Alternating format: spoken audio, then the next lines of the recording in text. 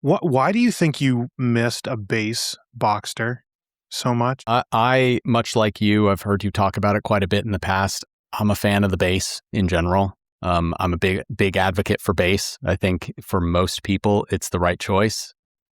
Um, the Boxster, I think, I mean, if you look at the history of the Boxster in general, obviously when it came out, there was a lot of fanfare, but also a lot of hate from 911 owners and 911 enthusiasts. And, it's a long history of being called the hairdresser's car, or the lesser Yep. Porsche, and all that kind of stuff. And, there's always been this undertone of like, if you know, you know, and if you know really how special the Boxster and the Cayman are, you understand that they are just as special as a 911 Yeah. can be Hmm. in so many ways, and in some ways actually superior. Although, much like you, I own 911s and love them.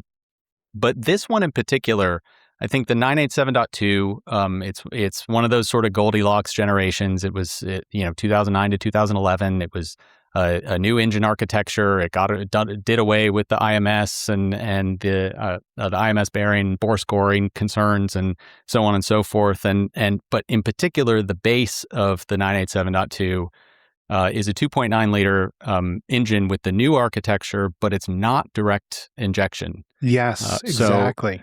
the S of that year is direct injection, but the 2.9 isn't. And so, I'm sorry, just this is super geeky, but I'm curious about this because Nathan Mers brought that up to me once about how that was such a sweet spot, and he said it was a 2009. Are all the bases from '09 to 12, are they all not direct injected? yep, correct. All the Oh, so 2.9s. cool. Well, so I fell in love with this being like this sort of one-off weird engine that was in this sort of halfway in between point between Mhm. the dot ones and the new direct injections. And once I owned it, I immediately realized how special that engine really is.